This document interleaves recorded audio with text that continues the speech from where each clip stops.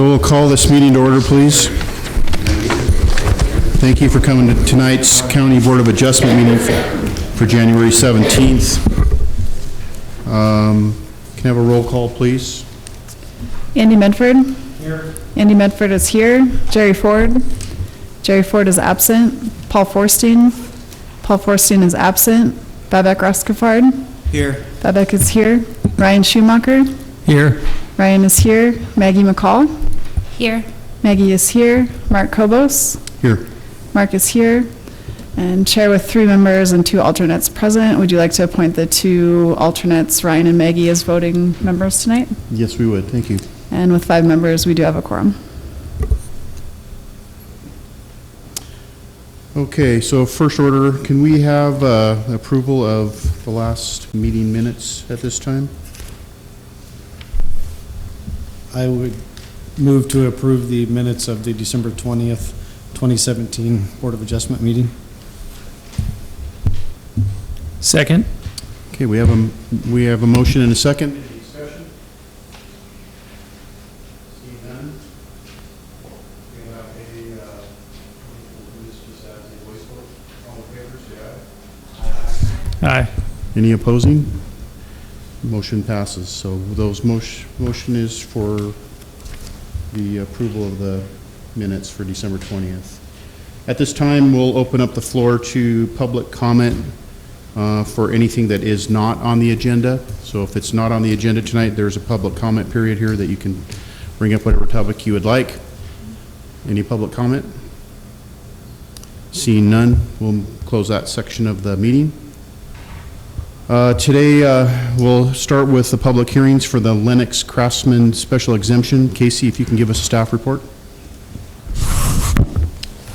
Casey Drayton, Missoula County Community and Planning Services, here to present the staff report for the Lennox Craftsman Special Exception request. This is a request from Daphne Evans and Andy Lennox. The property is addressed at 8340 Highway 200 East, commonly known as the Old Milltown Market. The request in front of us tonight is for a special exception permit to allow Lennox Craftsman, which is a small design and build business, to locate at 8340 Highway 200 East in the CC3 Community Commercial Zoning District. The property would be utilized for small-scale fabrication and components associated with a remodel type business that primarily operates off-site. Would have a few employees coming and going from the location, as well as a storage facility for tools and supplies associated with the business. We can see on the vicinity map down at the bottom of the screen, we're located directly adjacent to Highway 200 out in the Milltown area. Most people are generally familiar with the location here, so we'll skip over it fairly quickly.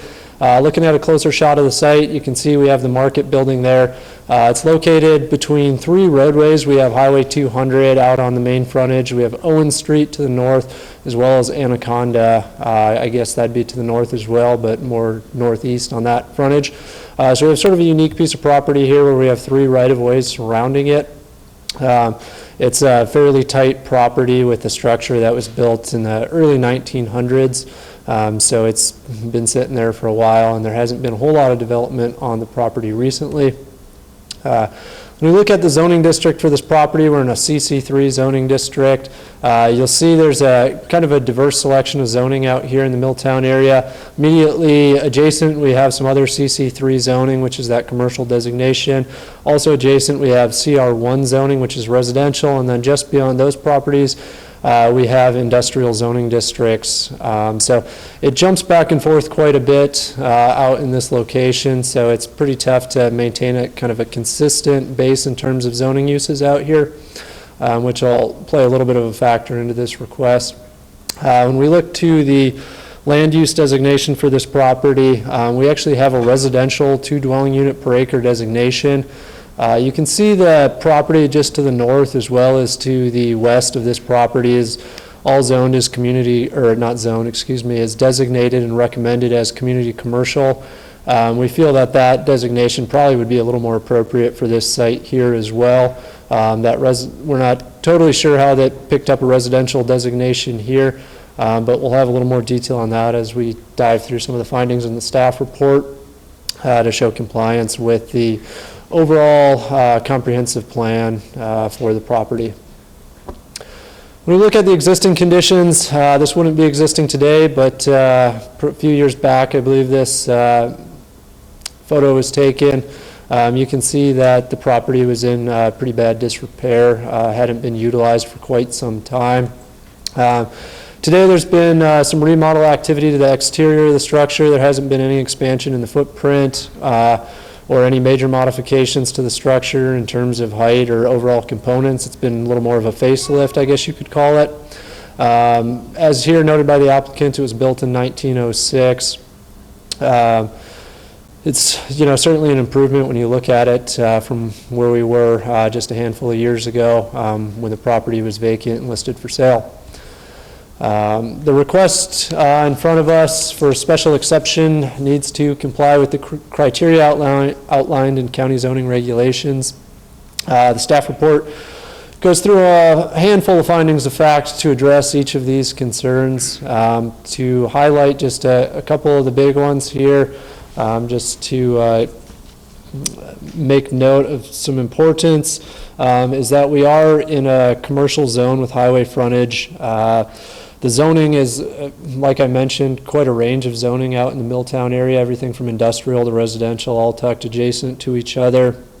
The natural features of this property are pretty specific in that we have a kind of a commercial development that's suited primarily for convenient access to the transportation corridors with easy loading and unloading.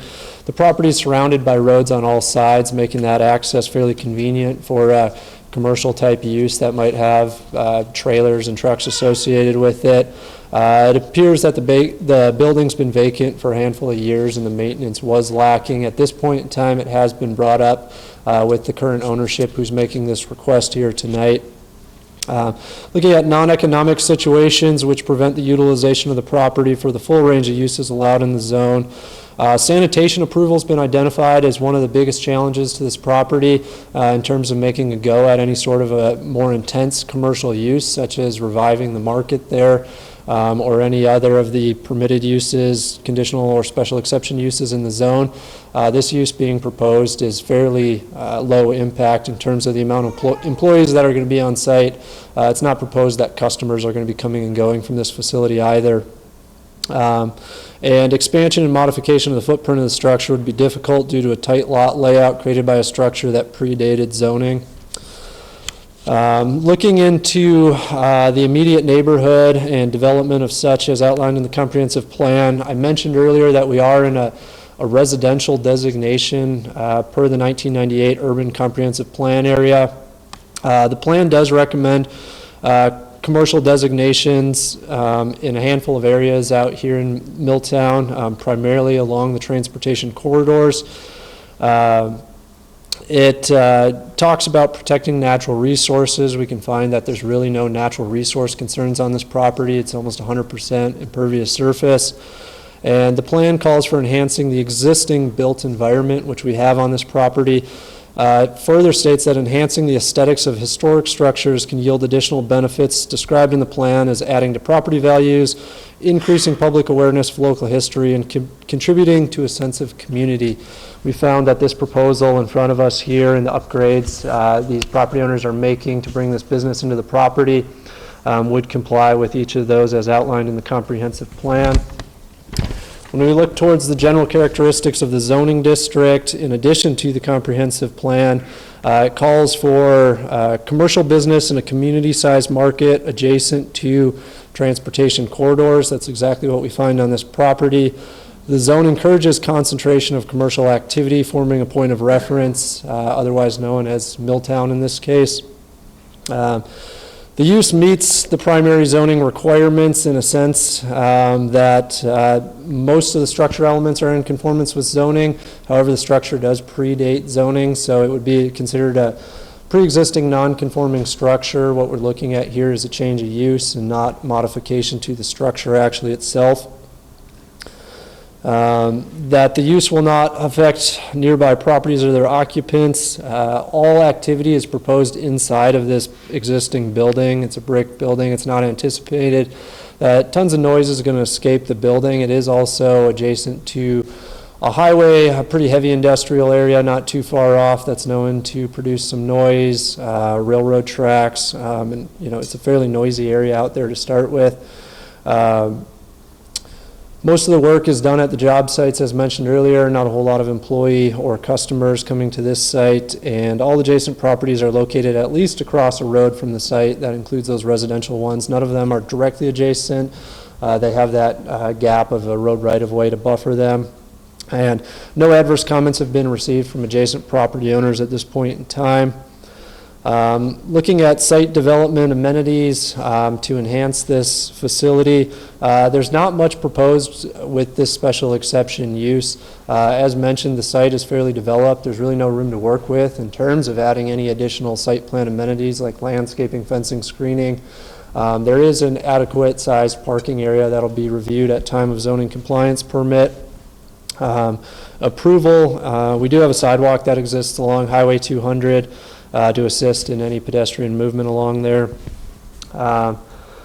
Property contains little vegetation and there's no known drainage concerns with it. Looking at public utilities and services available, one of the most important probably is that we have the Mountain Line bus servicing this property. So if there are employees that do live in, say, the Missoula area, they could get out to this facility via bus. All other utilities appear to be available to the site as it's been operational in the past. We would look to applicable standards in Chapter 4 of the Missoula County zoning regulations for special exception or conditional use permit. Those standards are outlined in the staff report starting on page 5. Those standards really touch on the big ones in there would be buffering, noise, some things as to hazardous materials that could be stored on site. None are proposed with this use here. And access to streets. We found that they're in substantial compliance with most of these Chapter 4 criteria, which will be again reviewed for at time of zoning compliance submittal. There are a few standards specific to a light industrial use. These go by use, not necessarily by zoning, so light industrial is the closest we would get to this use that's proposed in terms of this section of the zoning regulations. We would look to enclosure of all materials and activity with the business, so no outside storage. Everything's proposed to be indoors. And again, there's some information on maximum noise levels for a use, a special exception use in this zoning district. With that, looking at the notice and comments, the site was posted 2 locations along the Highway 200 frontage. County agencies responded with comments. Not a whole lot of comments here. Public Works noted that they would be required to do a change of occupancy through a building permit. The Health Department noted that the on-site septic's adequate for the proposed use. And there were some old fuel storage tanks that the Water Quality District made note of. It looks like those have been properly removed at this time. Notice was sent to adjacent property owners within 300 feet of the property. 1 comment of support was received. There's also a signed support statement in the application that was included. That comment was also included as attachment B that came in after the application was submitted to us. So you have both those. That's everything we've received on this from adjacent property owners at this time. Staff recommends that the special exception request be approved. There are a few conditions that staff's recommending. One of those being that an application for the zoning compliance change of use permit and an application for signage associated with the business be submitted for review and approval, and all other necessary permits be submitted and approved. Those include building, electrical, mechanical, approach and sanitation permits. And that the third condition recommended is that the proposed use shall comply with the maximum decibel level set forth in zoning regulations 4.05C3. Those are some of those noise levels that I had just mentioned. They would be found at the bottom of page 6. in the staff report. That concludes my report on this first item here tonight. Thanks, Casey. You guys have any questions for Casey at this time? I have one minor one. Did I understand you correctly when you said there would be no exterior storage? Correct. That's as it's proposed, yes. Okay. Thank you. That was one of my concerns, so I just didn't know what the zoning regulations had with regard to the way this property is currently zoned and if there was any exterior storage. So because of the special exception, the Chapter 4 criterion zoning regulations applies when you move forward with the conditional use or special exception, which requires all storage to be contained or screened in some fashion. So in the case of this property, it would all be indoor storage. Okay, thank you.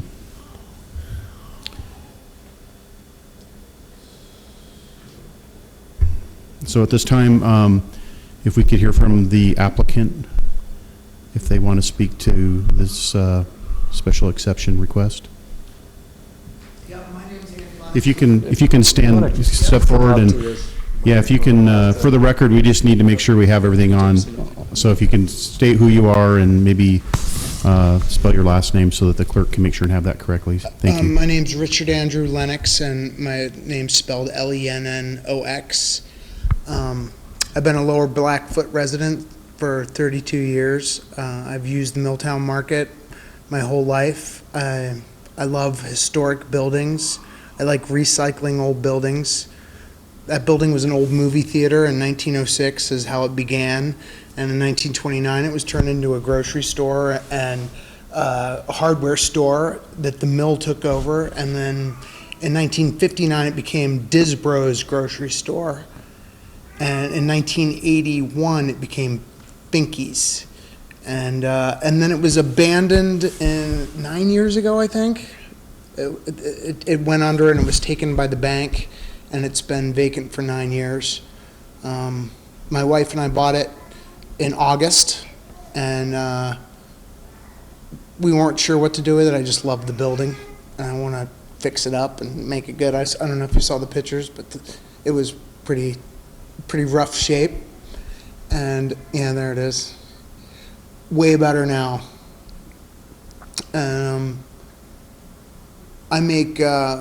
I design and craft furniture, cabinets, tile work. I like to recycle houses as well. I don't like building new houses so much, but we do lots of furniture, cabinets, bathrooms. The buildings, right now my shop was in the Toole Avenue Market, another grocery store, kind of in the grocery store buying business, I guess. And now I got 3 times the space in here. I got really good storage in the basement. And really, the building can't be used for much else right now because there is no sewer out there. It's all cesspools. I mean, all of it is out there. West Riverside, Milltown, Bonner.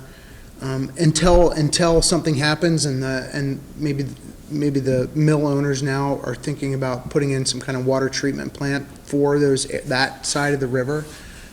Really, all it can be is what I'm doing with it, which is perfect because we all work there. We're going to make the building way better. We're going to make it a historic landmark.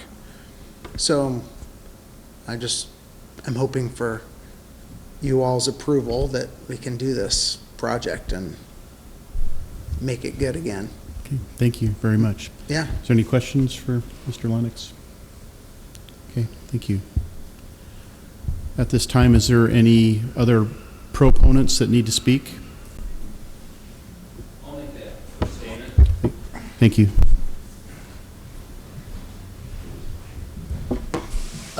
My name's Andrew Hoy, H-O-Y-E. I'm a current employee for the Lennox Craftsman. I'll keep it real brief. I think Andy covered most of the important points, but I'd just like to say that I grew up in the Bonner community. I was a Bonner School student for 9 years, and I think that this type of development is exactly the type of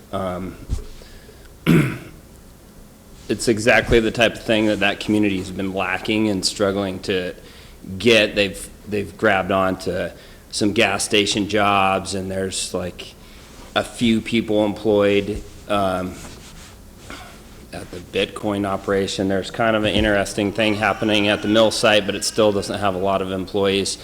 And Andy Lennox currently, through the Lennox Craftsman, is providing like living wage jobs for 5 people that have families in Missoula right now. So it would be super if this got approved. Thank you. Thank you very much. Any other proponents that want to speak at this time? If you'd like to speak, you need to come forward and, again, please, you know. Spell my name. Yeah, say your name and spell it. Lovely. Tim Lovely. I think this is a great use for this property. I'm not going to go on at length about how it fits the neighborhood. I think any guy who has a wood shop in his garage knows how good it can be. But what I wanted to say is that I've been a Blackfoot property owner for a short period of time.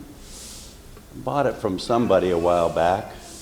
Anyway, passing by over the last few years, I've looked at that building and thought, wow, that thing really has potential. In fact, I had a fellow call me and say, let's go look at that, because I was in the market for some property, and I did, and I thought it was a darn shame that it was sitting there idle.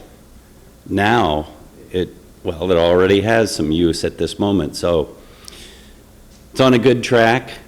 Let's keep it that way. Thank you for considering the variance it is, right? Well, whatever you're calling it. We know what it is, and I think it's a good deal, and I'm 2 thumbs up for it. Okay, thank you for your comments. Thank you. You bet. Any additional comment on the proponents? Seeing none, is there any opponents? Anyone that needs to speak against this proposal at this time? Seeing none, I guess we'll close the hearing at this time, or for public comment, and see if anyone has any other comments or questions. I just had one for Casey. Is this property in the East Missoula Community Council District? Bonner Milltown, I believe. Bonner Milltown? Community Council, yeah. Did they get a package and not comment, or? They received notice of it, and we hadn't heard a comment from them, Okay. so. All right, thanks. Any other questions or comments? Okay, so seeing none, do we have a motion? Maggie? Motion to approve the special use permit? Do I need to go on?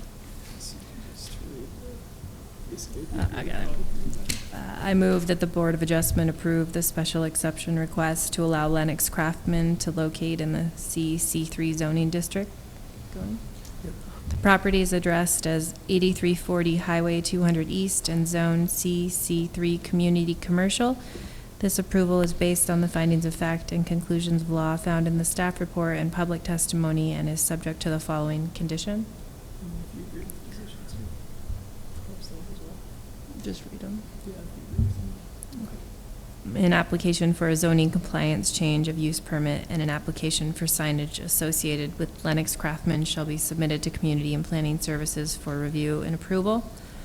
All other necessary permits administered by agencies other than Community and Planning Services shall be obtained by Lennox Craftsman. These permits may include, but are not limited to, building, electrical, mechanical, approach, and sanitation permits. 3, the proposed use shall comply with the maximum decibel levels set forth in zoning regulations section 4.05C3. Thank you. Do I have a second? I second the motion. Thank you. I have a motion and a second. Can I have a roll call vote, please? Andy Medford, Yes. Babak Reskeford, Yes. Ryan Schumacher, Yes. Maggie McCall, Yes. Mark Kobos. Yes. So the motion passes, so you do have your special exception at this time. Thank you.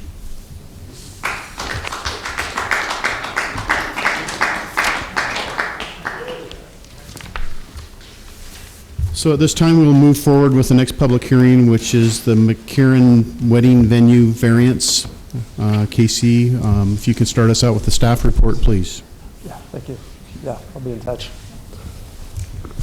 So Casey Drayton here with Community and Planning Services to present the variance requests brought forward by the McKiernan Wedding Venue. As we're referring to it, this is a request by Kim and Colin McKiernan on Parcel A of Certificate of Survey 3554, located at the corner of Mullen Road and Kona Ranch Road. The request is for a variance from county zoning regulations to allow a maximum floor area for a new event space to exceed the 2,500 square foot maximum by 1,000 square feet. The property, Tract A, Certificate of Survey 3554, is zoned CC1 Neighborhood Commercial. The preliminary proposal is for an events barn that offers flexible rental space for activities such as weddings, reunions, meetings, probably a pretty wide suite of uses there. The applicant has estimated the proposed structure will have a floor area of approximately 3,500 square feet. Plans haven't been finalized at this time, but the variance request here today is to go up to that maximum. The property, as mentioned, is located out near that intersection of Kona Ranch and Mullen Road. You can see it's a tract that's a little over an acre, located right there. If we take a closer look, you can see it is undeveloped at this point in time. The closest development would be some residential development across Kona Ranch Road. There is some residential development to the south of it that doesn't necessarily show up on some of these aerials. It's newer construction, as well as some other existing residential development across Mullen Road.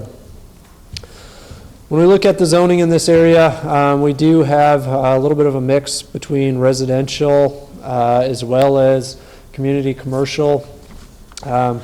We have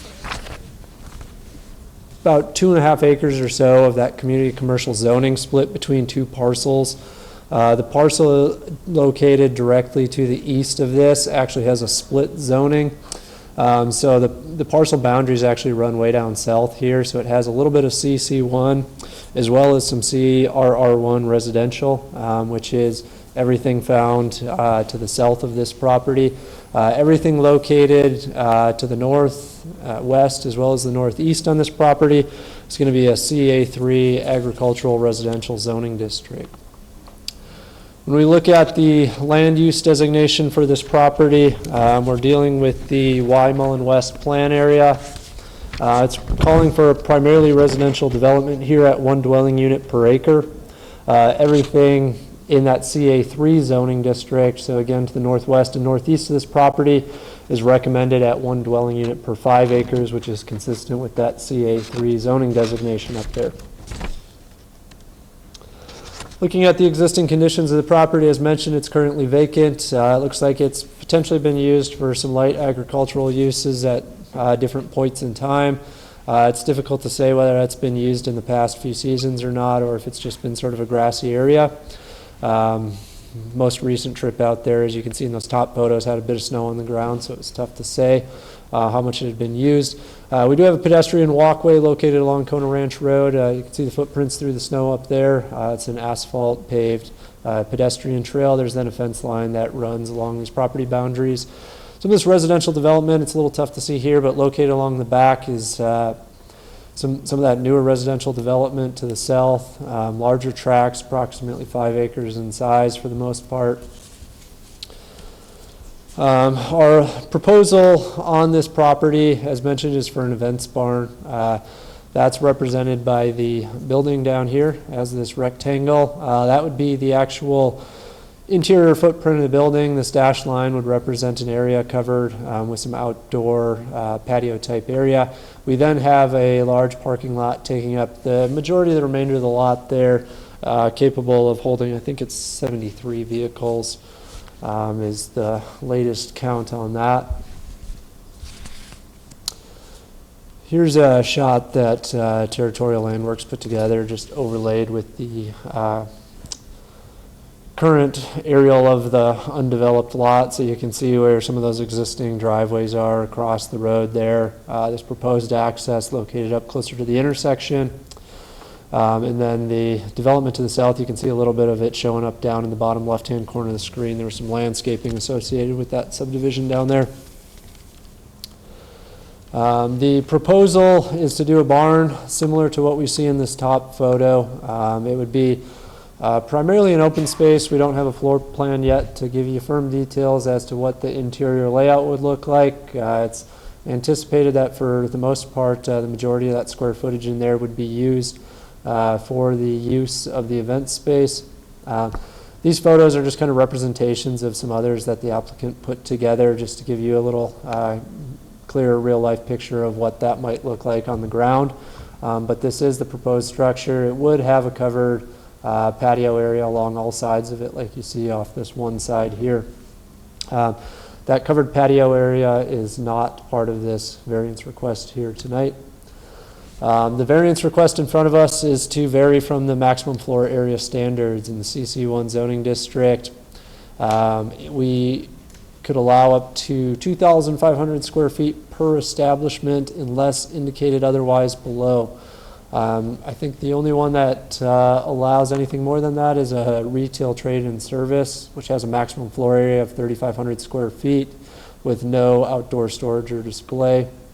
The use in front of us here tonight, the closest classification we have under all county zoning designations that we've made a staff determination of is that this fits in with a private lodge. We've looked at this from a handful of perspectives and found that it meets the intent of a private lodge, as it's a space where there could be private gatherings rented out for use by the renter. It's not necessarily a public space, so it falls into that private category, which is a permitted use in the zoning district. You can see the rest of the standards there for the CC1 neighborhood commercial, as well as the intent, and we'll jump back into that in a moment. As we look through some of the criteria for variance review. Variance from the regulations shall not be granted by the Board of Adjustment unless and until the applicant can demonstrate the following. As staff has gone through each of these criteria, a couple of findings worth noting is that the primary use of the property is proposed as a private lodge, which is a permitted use in the zone. So this variance request they're proposing would not amount to a change of use in the zone to a use that is not permitted. The proposed variance is solely to increase the maximum floor area for the establishment, has no impact on the actual classification of the use. When we look to special conditions that are unique to the property, you could say that it's unique in its triangular shape. The applicant further discusses that the shape of the property is perfectly suited for the proposed use. The property is flat without any further identified topographical constraints, and the location of the property lends itself to convenient access. Staff has therefore come to the conclusion that there's really not a whole lot of special conditions here which are unique to this property, which aren't necessarily applicable to lands with the same zoning classification. Looking next, that literal enforcement of the provisions of these regulations will result in unnecessary hardship that is not of the applicant's own making. Reducing the size of the structure to comply with the standards will not preclude its use. They could bring forth an application up to that maximum 2,500. With that use, it could be permitted in that case if they meet all other criteria of county zoning. It will only really limit the design and scale on this proposal with this variance. So it doesn't, staff doesn't feel that there's necessarily an unnecessary hardship here. Looking into the location, character, natural features of the property and surrounding properties, the area is a mix of residential development and agricultural use. We don't really find any other commercial. However, this area was set aside for a small commercial hub at the corner of that intersection there. We primarily have single-family dwellings on 5-acre lots, so we have a pretty scattered mix of residential development out there with a lot of open space in between. If we look to non-economic situations which prevent the utilization of the property for the full range of uses allowed in that zone, staff hasn't been able to identify any non-economic situations which prevent the use or utilization of the property for the full range of uses permitted in the CC1 zoning. When we look to development in the immediate neighborhood as outlined in the comprehensive plan, I mentioned earlier this is part of the 2005 Wymullen West comp plan area. It's designated as 1 dwelling unit per acre, cluster 1 dwelling unit per acre. Residential is the primary focus of the land use designation. To the benefit of this proposal, commercial is acknowledged when it's close to arterial transportation routes and part of a planned development. The plan recommends that neighborhood commercial designations serve the needs of local residents, and one of those areas is specifically called out in that comp plan as the corner of Mullen and Kona Ranch Road. So when we look to that aspect, this could potentially enhance that immediate neighborhood as outlined specifically in that portion of the plan. However, the plan calls for some open space preservation and resource protection. Most of this lot would be developed with the proposal as we saw on that site plan. When we look to the objectives of the comp plan and the purpose of the zoning regulations, so the intent of that district there, the use conforms location recommended for neighborhood commercial. The objective and intent of both the comp plan and the zoning is commercial development designed to serve adjacent residential development at a similar scale and character.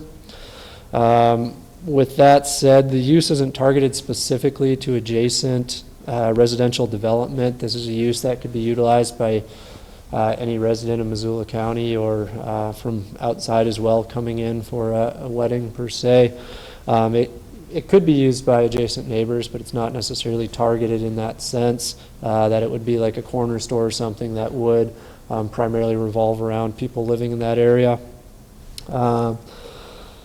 That the use meets the overall density, yard height, and other requirements of the zone in which it's located. The use of the property is proposed to meet the zoning requirements. That would be verified at time of zoning compliance permit review. So we'd look to everything from landscaping to parking to signage to building heights, pretty much everything other than this square footage. That's the only aspect that they're anticipating to vary from at this point in time. The next criteria is that the use will not adversely affect nearby properties or their occupants. We have had a handful of comments received from adjacent property owners as well as some anticipated public testimony here tonight opposing this variance request. I will get into those in just a moment. I'll keep moving through these criteria, and once we're finished, we'll get into the comments before the public testimony. Looking at site plan design amenities intended to promote the appearance of the proposed use and mitigate adverse neighborhood impacts. The structure is designed to look like a barn, which may help it fit in within this neighborhood, considering kind of your agricultural type feel that you get out in this area. Little screening currently exists to buffer from adjacent residential development. Landscape buffers are proposed to comply with county zoning regulations. Little details provided on exactly what that would look like. They would need to comply for the approval, but at this time we don't know if they're planning to go above and beyond what would be required under county zoning. If we look to the vegetation, topography, and natural drainage of the property, we'll find that it's relatively flat and little vegetation exists on the property other than grasses or potentially an agricultural product if somebody's currently using it. Utilities are available to the property. The applicant's proposing a connection to city sewer, which is out immediately adjacent to this property. One of the final considerations is that the fact that the property will be utilized more profitably will not be an element of consideration before the Board of Adjustment. Staff has determined that profitability may play a role in this request to increase the size. Looking at the notice and comments, to jump back to some of that criteria, we did post the property in 2 locations along the Kona Ranch Road frontage on that fence line. Notice was sent to Missoula County agencies for comment. There weren't a whole lot of comment from agencies that came back. When we look to the adjacent property, notification that was sent to property owners within 300 feet, as well as some other property owners that may have been just outside of that might have heard from other neighbors or noticed the posters. We received 6 comments in total, 2 of which were included as attachments to the staff report. 4 additional comments have been submitted since the staff report was mailed and finalized. You received all 4 of those additional comments on the table in front of you this evening.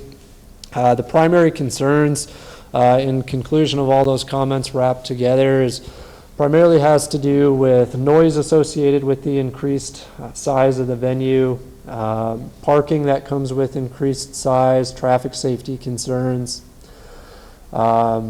Lighting was another concern. There's a handful, they all kind of tie to that same feel that the bigger it gets, the more unintended impacts this is going to have on the neighborhood. A question that's come up a few times is, what they're proposing this venue, what does the larger size get them? I did contact the Missoula County Public Works building official just to get a feel for what the occupant load would be on this structure. And based on the information we have, we would have to take 2,500 square feet as the maximum they would be allowed to go to. With a floor plan, the county building official may subtract some of that out as usable space if there's closet space or prep area for staff or something, or fixed furniture in there. They could extract some of that square footage and the occupant load would come down. But if this was used for assembly purposes with an open floor plan, so primarily standing room only, 2,500 square feet would allow an occupant load of 500 people. If they went up to 3,500 square feet, it would allow up to 700 people on the property or in the structure to be used at one time. If we take a look at the proposal from an aspect, if it came in as more of a banquet type proposal where they were to have tables and things in there, and that's how it was reviewed through Missoula County Public Works, at 2,500 square feet of floor area that was usable, that would accommodate 166 people. If they went up to the 3,500 square feet, you could get in 233 people. Now those numbers, like I said, could vary. That's a very coarse scale, just inquiry to the county building official based on the values that he has to determine the occupant load for the structure. So that's kind of an overarching concern is, how many more people are going to be coming and bringing these impacts. That's what a lot of adjacent property owners were getting to in conclusion of their comments. Staff is recommending that the Board of Adjustment deny this variance request to allow the maximum floor area for the new event space to exceed the 2,500 square foot maximum by 1,000 square feet. That would keep them at 2,500 square feet. They could be free to bring in a proposal so long as it complied with all other elements of county zoning for this events facility to go up to 2,500 square feet. They just wouldn't be allowed to exceed that on their floor area. So therefore, staff is recommending the denial, and that concludes my staff report. I'd be happy to take any questions you might have. Thanks, Casey. Any questions at this time for Casey? No. I have one question. You had your slide up earlier about the allowed uses for this lot with this designation for zoning. Sure. Can you go back to that and just kind of refresh us on what can be allowed here? Just we're aware. Just due to the size of the screen I had and trying to make it legible, you'll see permitted uses listed there, 2.15D permitted uses. That's what could be allowed with just your standard zoning compliance permit submitted to the county, reviewed and approved administratively. They'd have to meet the requirements of zoning, so parking, landscaping. They'd have to meet their setbacks, building height and things. But we'd be looking at retail, trade, personal service. You could do single-family dwellings on the property, two-family dwellings.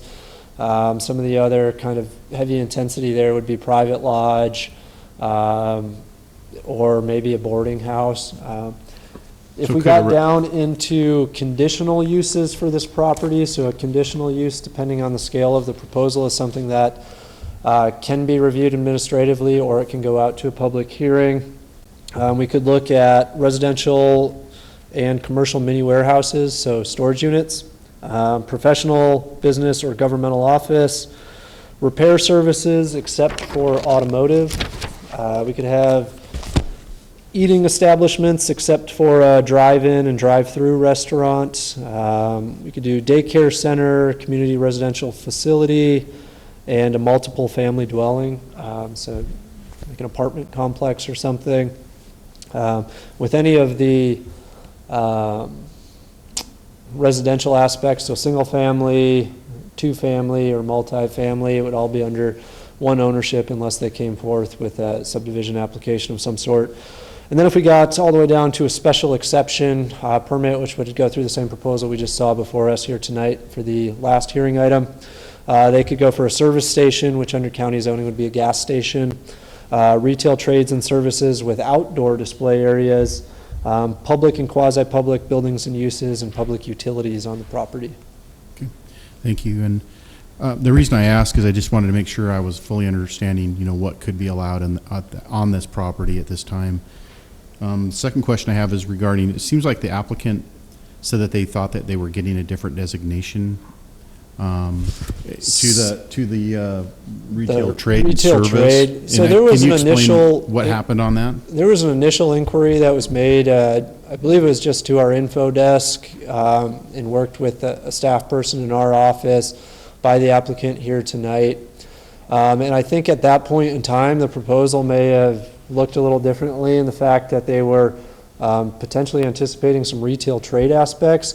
Other than that, I don't know why it ever would have been classified into retail trade. If they were proposing a retail trade with sort of this events rental thing as a secondary or additional use, it would have been looked at differently perhaps. But with the current proposal that has come in under this application and came in to meet with us most recently, it's solely being used as a facility where somebody can come in and rent it out totally on their own. There's no retail aspect to it. They're not selling any goods there. It's not your common retail trade that you would find. Okay, thank you. I just needed to have the explanation of that because there seemed to be some question on that from the response from the applicant, so. Yep. Okay, thank you, Casey. So is any other questions for Casey right now? Okay, I have one question. okay, go ahead. You said if you got down to special use permit application, there was a quasi-public utility designation possibility? What is that? So public and quasi-public buildings and uses is separate from public utility. So public utility would be any sort of utility facility, say like a Northwest Energy Okay. like station or something would be under public utility. If you got into public and quasi-public buildings and uses, you could look to a public facility, say if the county was going to open up a pavilion there or something, in which case people could come and use it. I guess would probably be, they're not real commonly used zoning classifications. So it couldn't be a private thing is all I'm asking. It'd be public. No, that one ties primarily to like a public use, like it's just totally open and free for whoever to come and go through there. There could be some administration of it, but it's not, classified in your private business venture. Thank you.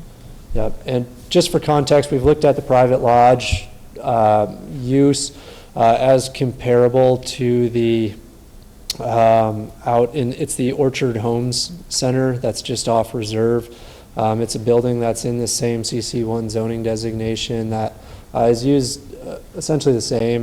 There's weddings there from time to time. There's open houses, reunions, meetings that can take place in that facility.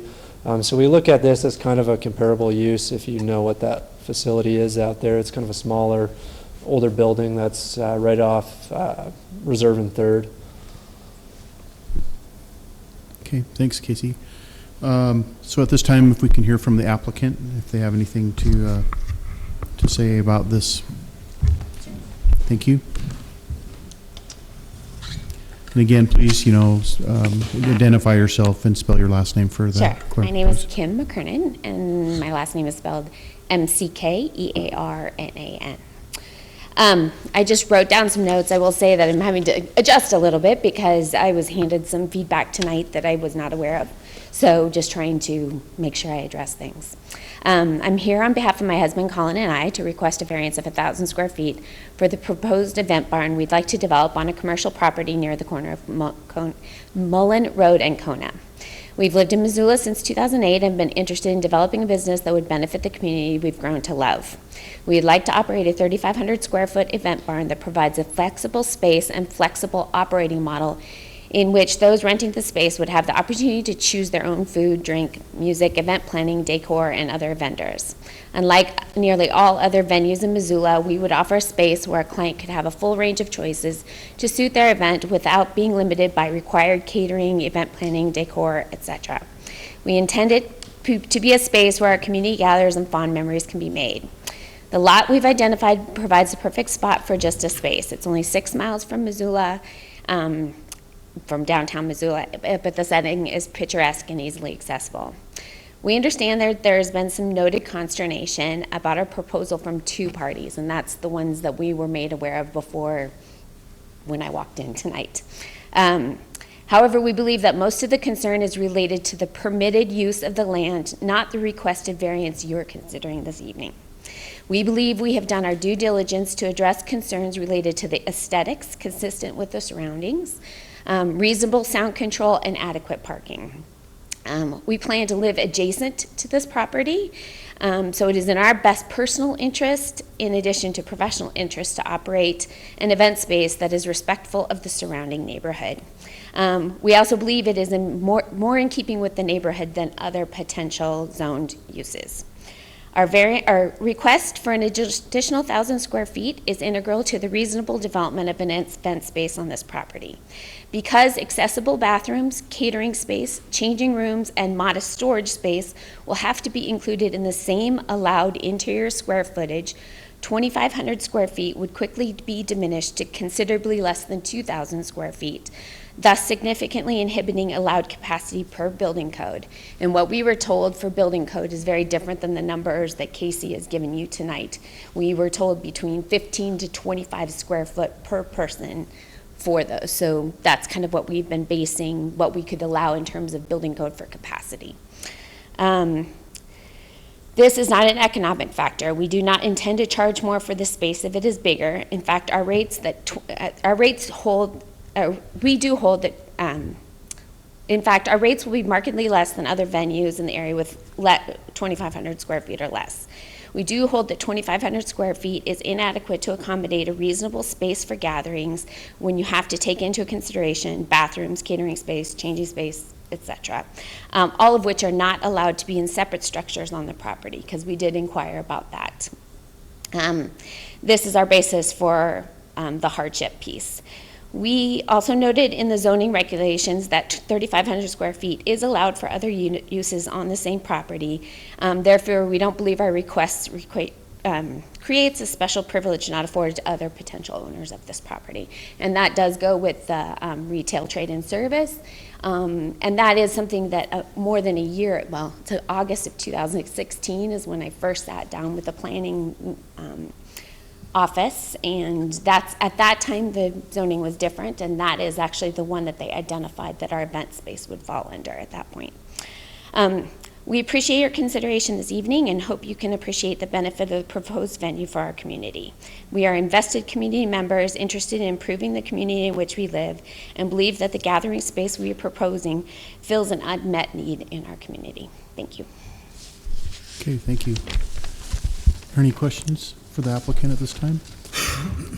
I had one question. You're talking about the usable square footage and the potential occupancy load. I was just doing some quick math, and so I just want to make sure what I did while you were speaking was in line with your expectations. If I heard you correctly, you said that if you were limited to 2,500 square feet, the usable square feet after restrooms and so forth would be around 2,000, and then At most, yeah. and then, so I guess my math, when I looked at that, the 2,000 square feet, if I looked at 15 to 20 square feet per person, I got about between 100 and 133 occupancy. Is that's in line, and I think. Yeah, Casey we've been said told between a little bit. 15 and 25. So again, it depends, and like Casey was saying, part of it depends on if you're saying standing room only or if you're sitting down at tables. So obviously, we've just been using that calculation. Okay, so I just want to make sure, so, I mean, because I think Casey said if it was like a banquet table, about 166, and so I guess your numbers are closer to 100 to 133. Yeah. I can just make a note that the number that was given to me was 15 square feet is what those numbers were derived from that I had for the tables, and it's 5 square feet for standing room. Thanks, that's helpful. Any other questions? Andy? Yeah, maybe I'd like to follow up, because I maybe didn't hear the same thing, or maybe I did and just didn't process it the same. But Casey, earlier, did you say the bathrooms in this unusable space is counted against their 2,500? That's ultimately a question for the county building official. I can't answer that with 100% confidence, unfortunately, because I don't ever really get truly involved in that actual calculation. Because I was wondering, is there something there that's not been vetted, where if a plan was developed and taken to them and the number was calculated, how far are you off? I don't know. I mean, obviously the number we're talking about off is 1,000 square feet, but if there is 500 square feet of this potentially questionable space, then maybe you're off 500 square feet and this isn't as big of a leap. I don't know. It sounds like we don't know the answer to that. I had other questions on the square footage, but that was back to the zoning, and it's 2,500 square foot per establishment. Correct. So things I was wondering is 2-story, a second structure, but I thought about a boundary line relocation, but none of that's tied to it. It's all tied to the type of use on that property. Yeah, and there could be multiple uses in a commercial zoning district on one property. Which is wondering, I was wondering if they build one structure that's the bar and the other structure that's the lounge, and they're 2 separate structures and 2 establishments on one parcel, or a breezeway. I don't know how creative that's been addressed. We did ask about that, and we were told that that would not be allowed, and that's why we were asking for the increase in square footage under one roof. So In terms of having a separate, to your point of having bathrooms, for example, attached via a breezeway. And I guess one of the questions then I wonder, is there other things that could be vetted outside of this? Because really we're tasked with looking at what's presented to us, and maybe there's other alternatives that could be explored outside of this that might comply. I don't know. Sure.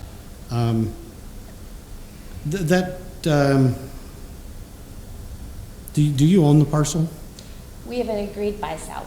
Okay, so you're under contract, We but are. you don't own it right now. We did have the owners did write an agreement. They know that we are doing this proposal, and they were in agreement with it. Okay. That's all for now. Okay, thank you. Any other questions? Applicant? Okay. At this time, can we ask if there's any other proponents that wish to speak in favor of this?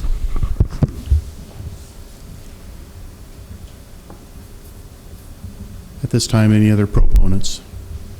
Okay, so we'll open up the floor to any opponents. Anyone which would like to see this variance not approved tonight?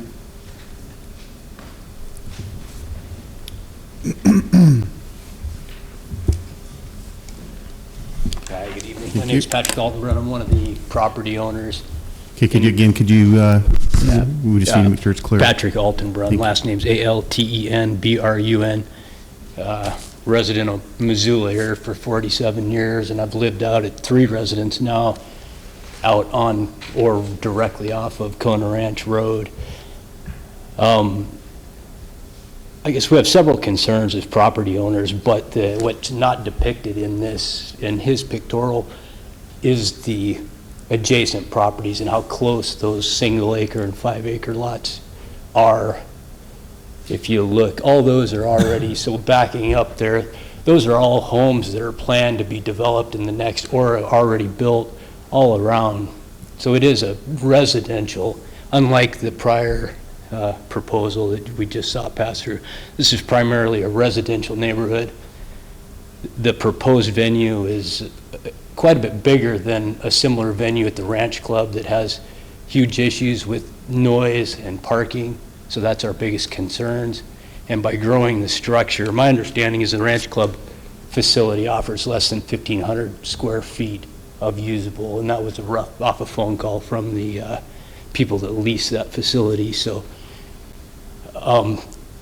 to grow it by that amount, just, it seems like, you know, the numbers versus people, if it were limited to 125 or 150, but there's so many different options and variables here. 73 cars, the comparable venue that I was referring to down the way, parking is completely inadequate. I don't know if any of you live out or have gone past, but every Friday and Saturday and very many Sundays, a lot of Thursdays, from April, they're booked April to October. There's parking on the streets. It's just completely inadequate, and that facility is much smaller than the proposed facility here, so it's a huge concern of ours. Also, the lot that they're proposing, it's a 1.1 acre odd-shaped lot that doesn't very well facilitate. If you look at the diagram with the building on there, for that parking, then they're talking an outside venue area. There, you know, you have the easements off of Kona Ranch Road, which is 45 miles an hour, and then this back corner here, the little bit of space, they're talking awnings on each or all three sides of that structure, which is already 3,500 square feet. It's backed right up to an adjacent property owner and subsequently our lot, which is one further down. So it's just a huge concern to go, you know, the open space issues that they have are referred to. There's just, for 1.1, it's too big a structure for the size of lot, and the occupancy versus parking to keep Kona Ranch free, which has been a huge issue during the summer further down at the bridge with the rafting and floating, as I don't know if you recall, but the towing and the issues last summer that residents have dealt with. It's deja vu again right here with, if you go, you know, you say 73 parking spaces in total. There's no room for overflow or anything, so that 2 people per car, that puts you less than 150 people. I guess I haven't been convinced that it will benefit the neighborhood or community in any way. And the noise is the biggest complaint. You know, we're lucky enough to be able to purchase a 5-acre lot right adjacent, and we plan on having a horse or 2 out there. You know, if you've got music of your choice till 10 o'clock at night without any real controls, it's just a huge concern for the neighborhood. So I think you should consider denying the proposed additional space. So that's all I have. Okay, Thanks. thank you. Any questions for him? Okay, thank you so much. Any other opponents wish to speak at this time?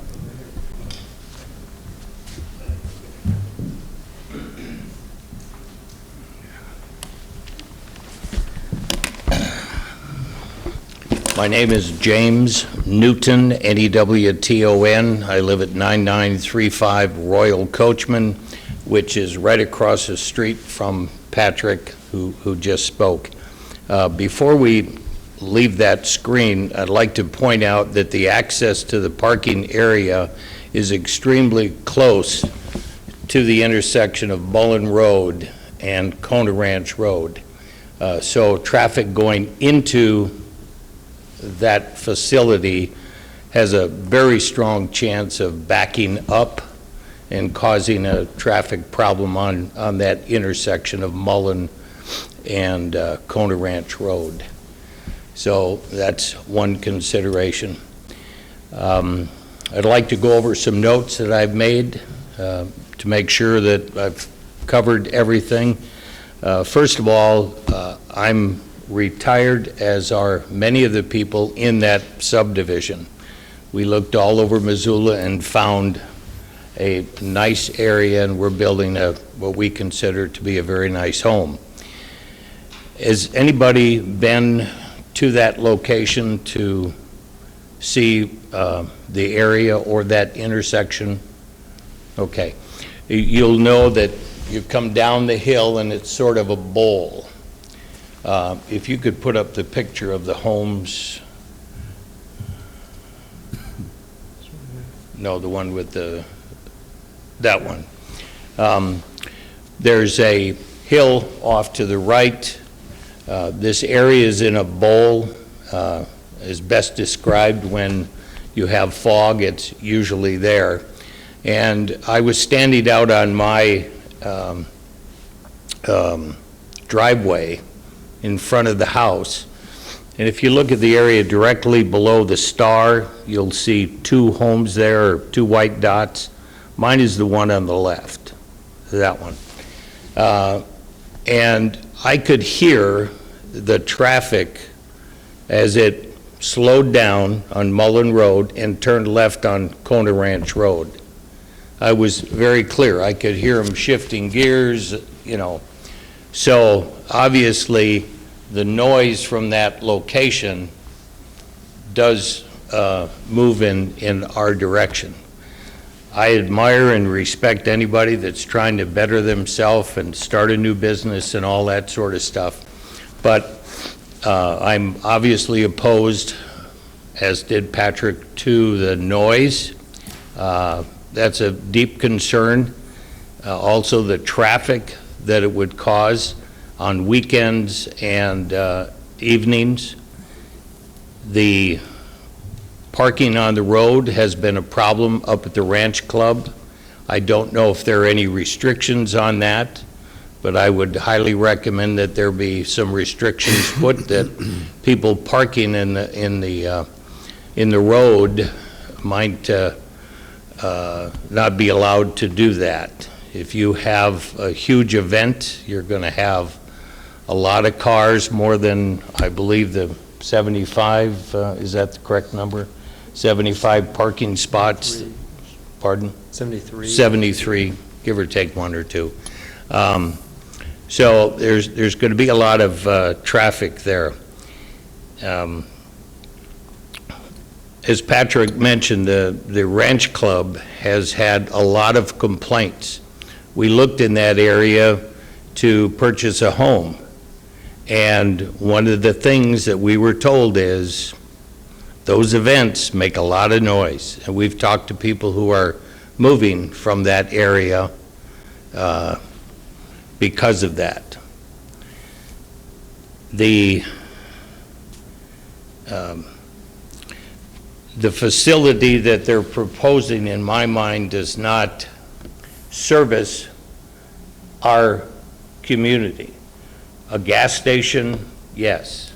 Something like that that services the restaurants in the area.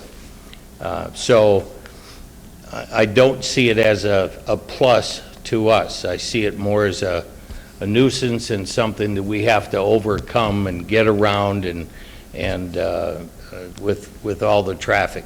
If the proposal is approved and it operates as often as the Ranch Club facility, there's going to be a lot of events there. I find it interesting that it's so close to the Ranch Club's facility. I would think that a more appropriate location would be somewhere where they could attract a different population. But that's a marketing thing, which I'm sure they're considering. I don't know, honestly, what the rules are as far as putting restrictions on people who make a lot of noise from their facilities in Montana, but I do know, I moved up here from Idaho. They proposed a mine, and they had a decibel restriction, that if at a certain distance the decibels exceeded a certain amount, that they were to cease and desist. I don't know if something like that is possible, but I assure you that after 10 o'clock at night, I'm sure that you or I would not appreciate kaboom, kaboom, kaboom noises coming, whether it's Chicano or rock or good old rock and roll in my generation. It would be a nuisance. There are a lot of pets in the area, and I'm sure they would also react to it. I don't know if there's an ability to impose fines for exceeding certain restrictions, but I don't know if that's within the realm of this council. But it has a lot to do with the residents. The ones that I've talked to feel the same way. They weren't able to make it. Once something is put in place like this, it's extremely hard to restrict it or to get rid of it if it doesn't work. I appreciate the developer, the owner, who is going to live adjacent. I'm not sure if that's in Stillwaters or across the road or anything. If I were the developer and I heard all that noise at night, I would be, and the owner, I would be thinking, ka-ching, ka-ching, great.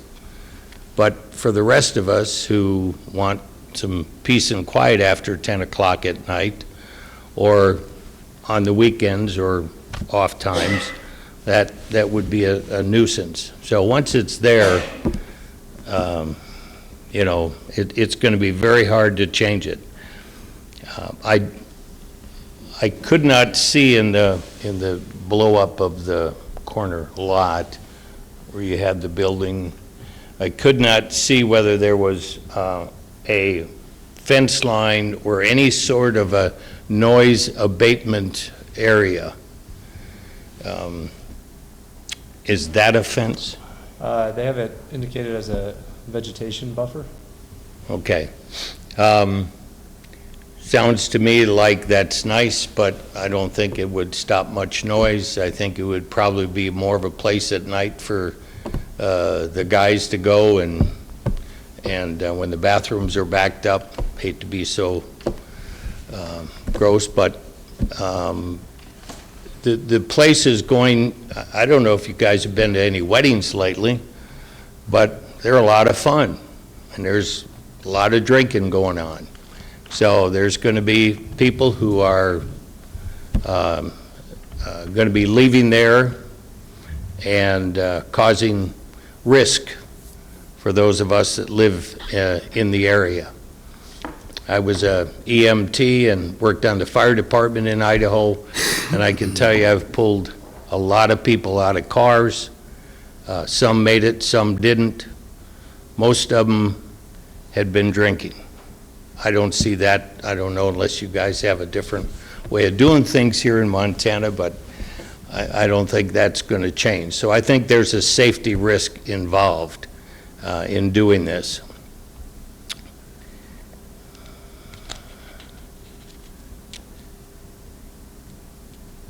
I heard your presentation, and there was some mention in there of 500 people and 700 people. Is that, did I hear that correctly?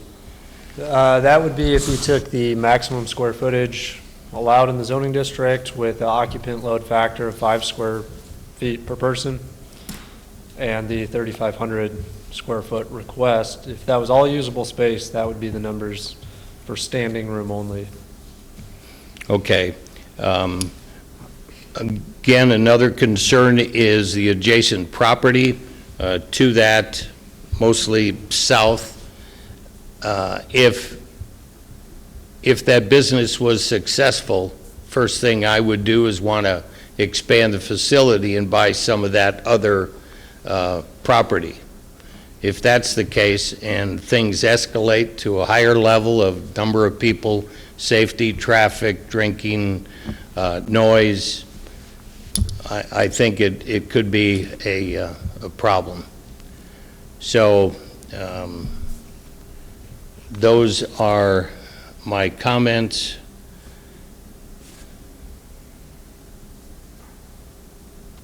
Are there any questions? So I recommend no. I would like to see them do something like this, but not in my backyard. Thank you. Okay, thank you for your comments. Any other opponents that wish to speak at this time?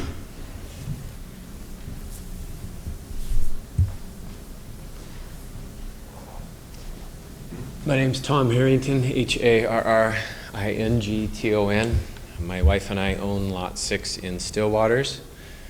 We've actually known Kim and Colin McKernan for 8 years, and we're their neighbors for 6.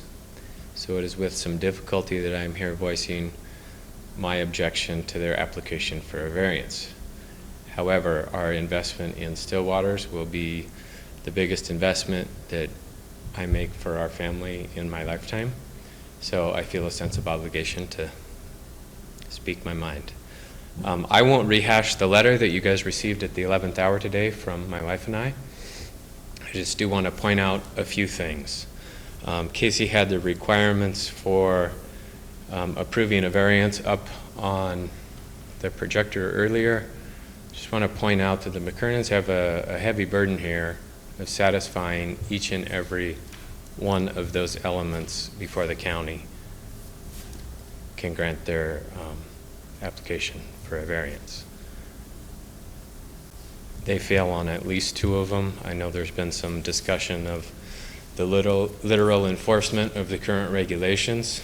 Those do not cause an undue hardship on the McKernans.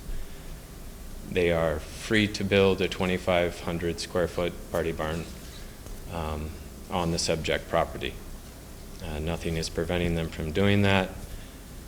There's really no economic hardship at this point because they haven't closed on the property. This isn't a situation where they bought the property, developed a business plan, and then the county changed the zoning regulations.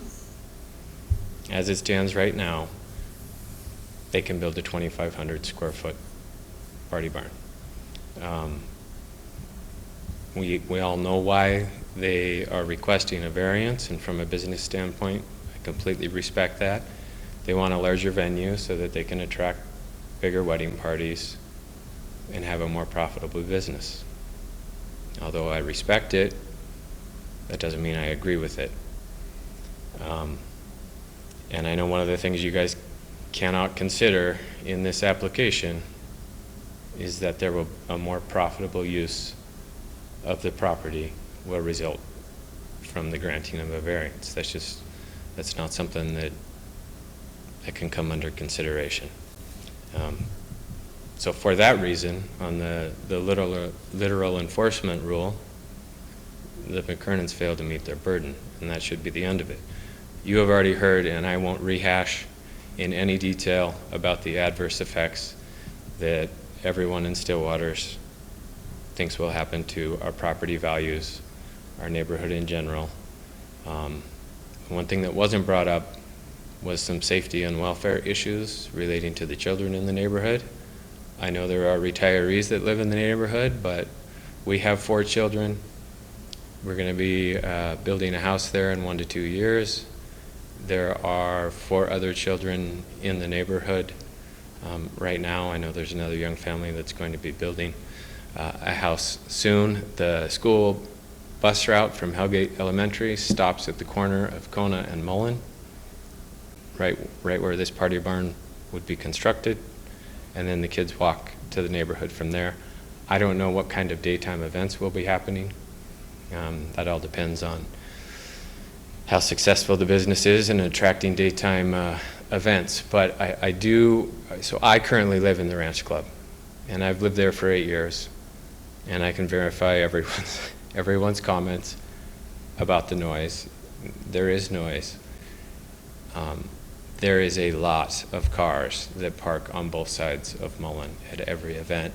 Is there any way you could pull up that slide, please, that had the aerial view showing the little white bubbles that Jim pointed out yeah.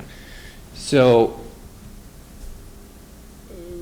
so we're talking about a 40% expansion in the party barn here.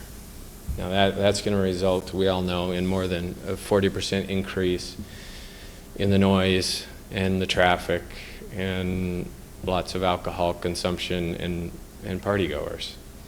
I don't know what the exact number is. No one can really say, but I don't think it's any small stretch to say it would be a 10-fold increase.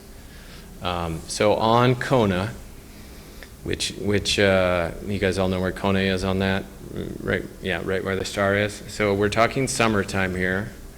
and we travel Kona Ranch Road all the time. There's a boat launch for the Clark Fork River just across the bridge. There's a high volume of traffic there in the summer. Already lots of people who have been having fun on the river. But my biggest concern is every west-facing car on Kona is not going to drive down across the Kona Ranch Bridge and turn around at the boat ramp and then go back to Kona to get onto Mullen to go into Missoula. Is what they're going to do is use the private entrance to Stillwater's, which is that white, right there. So there's a pond there, and it's common areas, and there's 10 kids who love those things.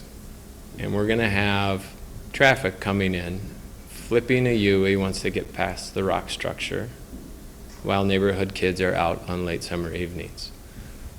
And that I have not heard addressed tonight. I know it was in my letter, but there are, a third of those drivers who've had 2 or more drinks, conservative estimate. We've all been to weddings. And they're gonna be zipping into a neighborhood and flipping a U-ey and zipping out while kids are out playing. So that is a concern that had not been voiced. I won't rehash. I mean, I live in a neighborhood that has wedding events, and I can tell you that a loud party barn is not a desirable neighborhood characteristic. It definitely has an effect on property values and just the neighborhood in general. But that's been covered, and I won't rehash it. But the McKernans are not going to be able, if this thing stretches on, to meet that prong of the test for granting a variance. So they fail on at least 2 fronts here, and they have to prove every element. So my wife and I are requesting that the county denies their application for a variance to expand this party barn by 40%. Thank you. Okay, thank you for your comments.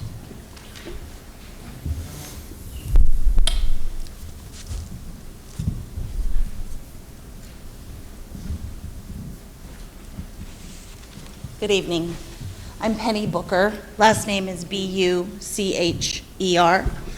I live on Snowdrift Lane, which is across Mullen from this potential development.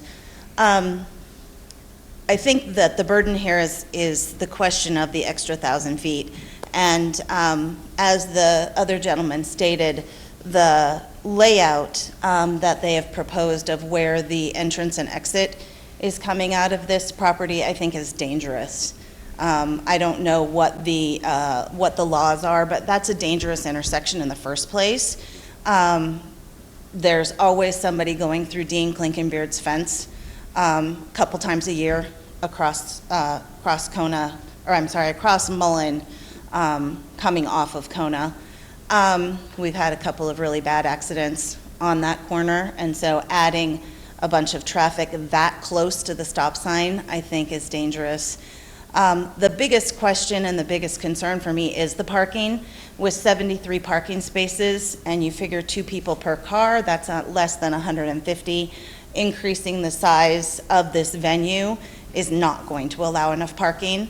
And every time there's an event at the Ranch Club, the number of cars on the side of the road is dangerous. People are driving, 55 miles an hour there. And people walking to their cars are in danger of getting hit. And it's just not safe. I agree with the noise issue. On the other side of us is the Big Sky Brewery, and every time that they have a concert, we get to stay awake until 11 o'clock at night hearing that. So having the noise on this side as well doesn't make me happy. Doesn't matter because the 2,500 is not an issue. They can do what they want with the property if they buy the property, as long as it stays within the zoning that we have. But I don't think there's enough parking to warrant or to allow a bigger venue. if I had a choice, we'd put an indoor riding arena on that property. So if you want to change your idea, that'd be a great thing to have there and would be in keeping with the neighborhood and the rural flavor of the neighborhood. I'd rather see this party barn than a gas station, but it's not my land and it's not my choice. But I would like to see the request for the variance denied. Thank you. Okay, thank you.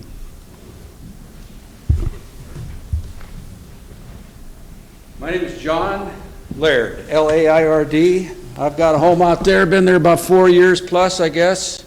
And I understand the situation. They can do the 2,500. Would you pull up that picture of that intersection again? The actual photograph? There you go. That's just an average day, and it's a quiet time. I walked, you show that, that walkway up there with the footpath, that's probably me. I weed eat that, and I spray the weeds, and I usually hit it with a four-wheeler, so I dropped the ball on that day. Thank you. But I walked that a lot, and if you can get 75 cars in there and 2,500 foot of building, I'll eat my hat. There's just no way, especially if you turn off where that approach is, and that's basically where the turnoff's going to be. See that car with the headlights coming towards you? Right behind it. That's where you turn off. And I don't know, the city, county, highway patrol, somebody's going to have to make a wider road there where Mullen is for a turning lane. And it just doesn't fit. And I know the McKernans are trying their darndest, and it's I wish them the best of luck in whatever they decide to do. I hope it isn't this. It just doesn't fit that spot. And I've looked at that spot, I'd look at it almost every day, wondering what if, If you could get the rest of those 2 acres, you could have a nice corner or something there, a restaurant, it'd be awesome. But this thing doesn't fit. We lived 4 blocks south of the university for about 5 years. I come from the country up in the north central Montana. And we basically moved out of there because of the party house, being the kids. We went out there and built this house thinking this would be a nice, quiet neighborhood. I'm hoping it stays that way. We're like neighbors and everything, but nobody wants a house party 3 nights a week in their backyard. Does anybody? No. And McKernans want to live there, and that's great and everything, but you got to have teeth. You got to be able to stop things. And I don't see with the sound ordinance that I've been told by Casey here, and you can park on the side of the road and all that. There's just no teeth to stop anybody from doing what we don't want them to do. And I could be wrong, but that's my opinion. That's my 2 cents, and thanks for listening. Thank you very much. Anyone else would like to speak? Seeing none, we'll close the public comment portion of this hearing. And we will ask staff here and what they think. You have anything else you had to add, Andy? I've got a couple questions for Casey. Do you know when the property was zoned this way? I don't have the information right offhand as to when the CC1 or the zoning in this greater area hit. Has it been 5 years, a decade, 20 years? My guess is probably since zoning was established. I don't think there's been a rezoning application to zone one property and part of another property in any recent years. We generally recommend that people would zone the whole property so you don't end up with a weird situation like the one adjacent. So based on that, my guess is that it was probably established with the zoning in this area, which a lot of county zoning was put in place in the 70s, mid-70s. I don't know if that was the case on this particular parcel or not. It's information we could track back and track down. But. Okay. Answer that potentially? This property was rezoned when the Stillwater development came into play, when this property was subdivided between the families that owned this property. It was all agricultural land, and when they divided it to do the Stillwater property, the requirements for that were that there was going to be green spaces, and that's when they zoned this corner commercial, and that was in the last 10 years. Could be likely. Okay. Yeah. I had a second follow-up to this, and then one other thought I'll probably reserve for a little bit. But did staff I don't know how much back and forth there may have been with the applicant and the applicant's representatives, but did the staff ever have any consideration that it was approvable with conditions that mitigated some of these concerns? That the variance was approvable? With conditions? Because we Not- frequently see approval with conditions. Yeah, yeah. A lot of the certainly. conditions we have heard are over things that will exist at 2,500 square feet or 3,500 square feet. And one could argue a lot of the things we've heard is maybe it's not the right place for this to be zoned, but nonetheless, that's not what we're here for. So Sure. I- Yeah, so really that recommendation for approval or denial is formulated through making those findings of fact to show that they've complied with each of those review criteria, that, there's special circumstances and all this, that's listed in there. So when we go through that, if we can find that there's that evidence there to support it, and yeah, there might be some minor tweaks to make it, to mitigate some of the unintended consequences or impacts of it, then we'll recommend those conditions as a conditional approval. In this case, we felt that there was enough of an impact here that, and we'd be imposing conditions that would be extremely difficult to enforce, as well as difficult to even meet those conditions. It would take a pretty serious, you're almost designing the proposal through conditions at that point in time, which is something we'd like to stay away from. Okay, thank you. Following up on that, you alluded to the factors, and I guess if I can, I had a question for the applicant. Obviously, there's several factors that are supposed to be evaluated when considering a variance request, and there is a little bit of I think you alluded to this, there's some concerns about the potential use, separate and aside from whether the venue is 2,500 square foot or 3,500 square feet. And I guess what I'm wondering is, I'm looking at the criteria and I'm thinking about the unnecessary hardship that might be imposed if you're limited to 2,500 square feet. Is that something? Can you flush that out a little bit? I mean, our We would need you to come up here, please. I'm sorry. But just so this, loud enough. yeah, just, I have 4 kids, so I'm usually plenty loud. no problem. But if you could help us by getting this on the record, it'd be great. Thank you. What's that? If you could help us by, Oh, sure. Yeah, no problem. For us, the concern we have with 2,500 square feet is that when we start taking away all of the other things that we've been told will be part of this, in terms of when we met with the city and talked about number of bathrooms to accommodate a reasonable crowd, accessible bathrooms, so they're bigger than maybe you would have in a residential situation. Obviously, we want to have a space that would be a catering space, preparation space, so you have to take that out of it. For any kind of event, having a space that people can get ready or prepared or whatnot, so taking that out, and then having some reasonable space, because it's not allowed to have outdoor storage, we'd have to have some kind of storage space within the structure as well. So when we take that all out, our concern was that we're not at 2,500 square feet, which is what the Ranch Club is, so as long as that's been brought up a number of times, the Ranch Club space is 2,500 square feet. They advertise that they can accommodate 150 people at that. They're 150 square feet without those things because they have a separate building for some of those other accommodations like bathrooms and things. So we just felt like if we could have 2,500 square feet and have some of those other things separately, that would be a completely different situation. But when we start taking it away from that 2,500 square feet, we just have a concern that we really can't accommodate reasonable size gatherings and be flexible for it, so. And we feel like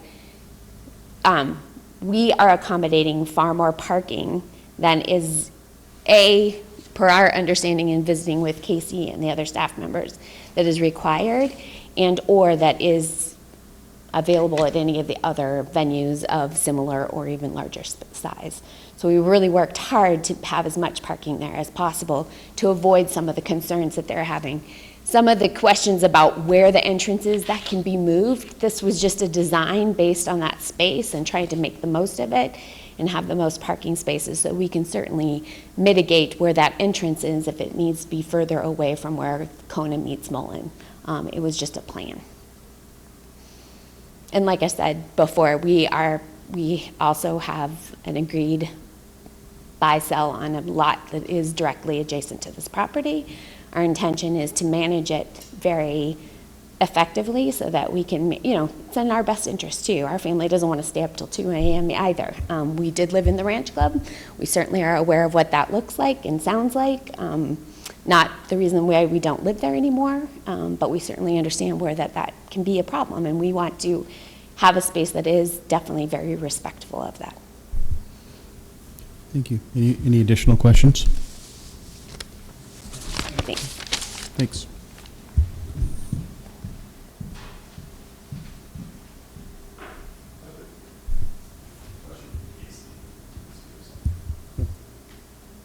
Could you clarify what the requirements for parking are for this facility? The parking for private clubs and lodges is 1 space per 200 square feet of floor area plus 1 per 4 employees.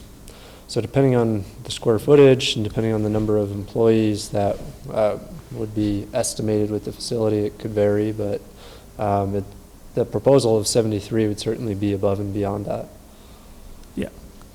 And then is there, a second question, is there anything about noise in the zoning restrictions? The only time noise is really ventured into is with a conditional use or special exception, similar to what we saw with the first application. Okay, thanks.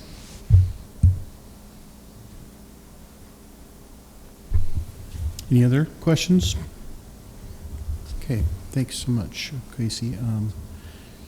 Anybody else have any other thoughts that they need to bring forward at this time? Andy?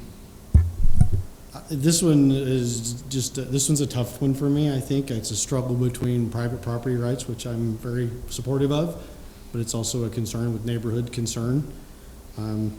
I think most of this concern lies with the underlying zoning, which isn't to debate here tonight. I think that's the most of the issue. I think one could argue that that problem's going to exist if they go forward and build a compliant 2,500 square foot structure or get a 3,500. One could maybe even argue that the approved 3,500 might be less impactful than a permitted something that already fits. The retail and other facility at 3,500 could have more impact.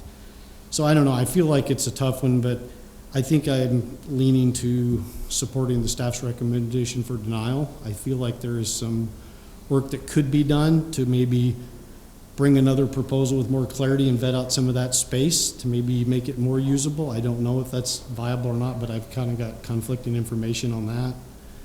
And then possibly with the applicant, maybe bring in something designed to provide more mitigation, because I agree it's not our role or the staff's role to redesign a project. So I think maybe if those concerns could be brought forward and mitigated, and maybe another variance brought forward with something that's more definitive in that, could be help me. But as it is, I'm probably inclined to support the staff's denial myself. Thanks, Andy. And I would have to concur with a lot of what you said. The big concern I have with this one are similar concerns, but I also, the concerns of the neighborhood are important. I do agree with you, though, that with the zoning that it exists on this property, this is going to be a continued concern for the neighborhood. With the allowable uses that you have there, you could have a lot of uses that could provide for the same amount of noise and inconvenience or even more. So I think I'm leaning towards going with the staff recommendation at this time, but I do feel that there might be some additional work that could be done that could come to a resolution on this. I think some review of some other facilities and how they've utilized the zoning and other methods for getting something approved may be something that you might want to look into as you move forward. I was just going to thank Andy and thank you, Paul, or Mark, for just, expressing that it's not necessarily not an easy decision.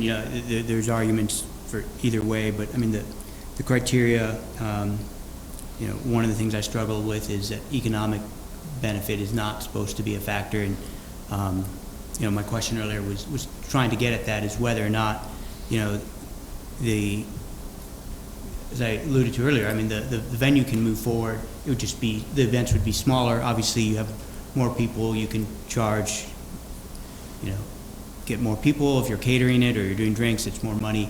And so I struggle with that as well, and everything that Mark and Andy said.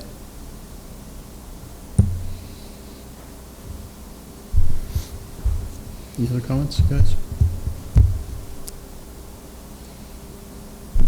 I would just say that I agree with what's been said. I do think it's difficult.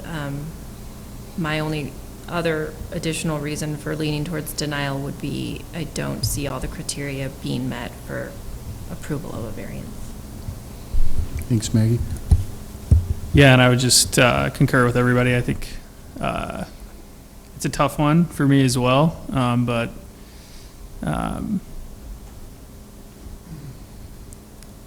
it to me seems like, yeah, there could be a potential for another proposal that would alleviate some of the concerns about parking or occupant load of the building. But at this point, I don't see the hardships, and I'm leaning toward denial as well. So at this time, do we have a motion?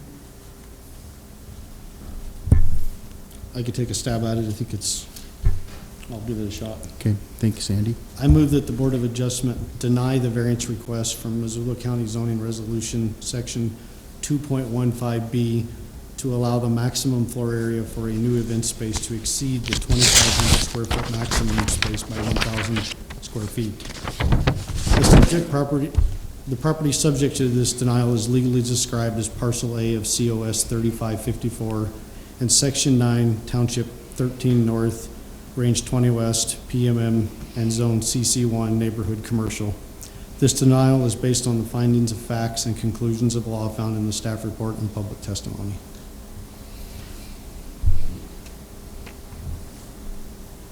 Can I have a second, please? I second the motion. Can we have a roll call vote, please? Andy Medford, Yes. Babak Raskopard, Yes. Ryan Schumacher, Yes. Maggie McCall, Yes. Mark Kobos. Yes. At this time, with the variance is denied. So moving on in the agenda, do we have any old business we need to discuss tonight?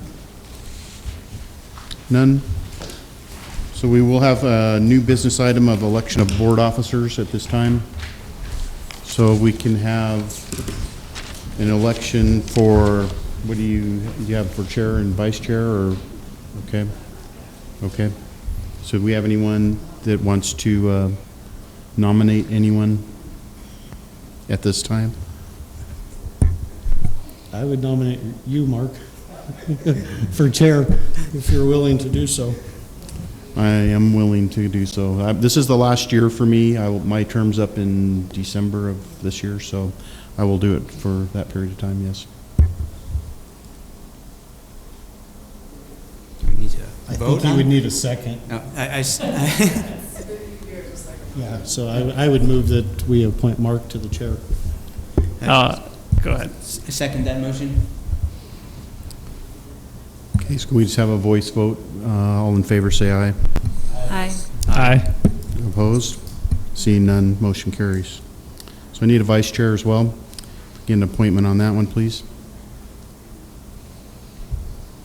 I'll nominate Andy Medford. I can second that one.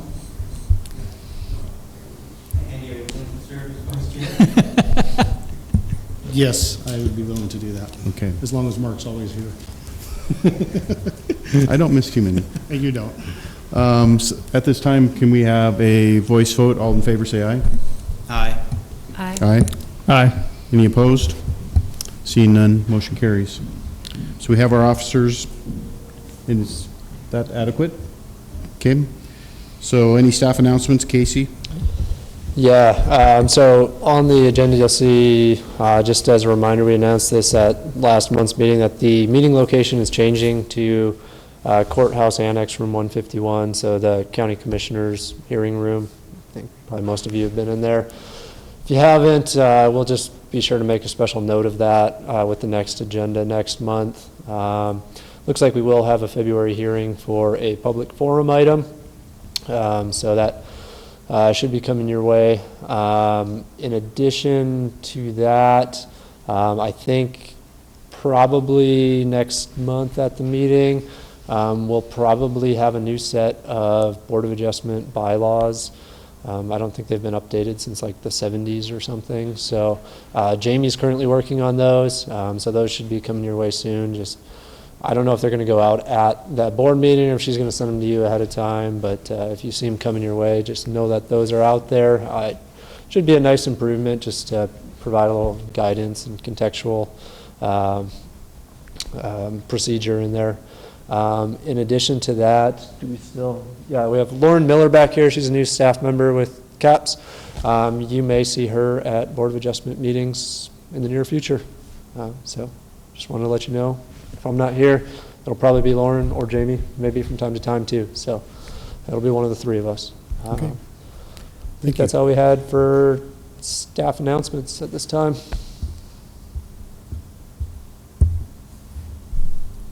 Would she like to introduce herself and her background and? You can Other come than up just the name? It's an empty room now. Yeah, I'm Lauren Miller. I got my undergrad degree here in community and planning. Graduated 2.5 years ago now. I've been working at Onyx Maps in town as a GIS specialist for them. So this position opened up and excited to put my planning degree to use finally. So yeah, today was my first day on the job, so very new to all of it, so decided.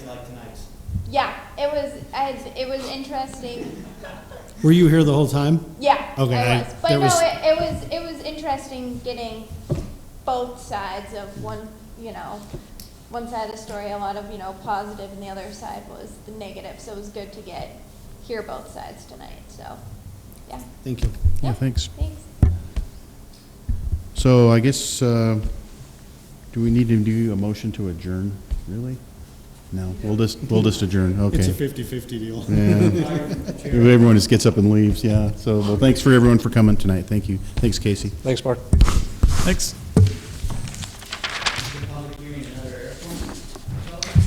No, so this is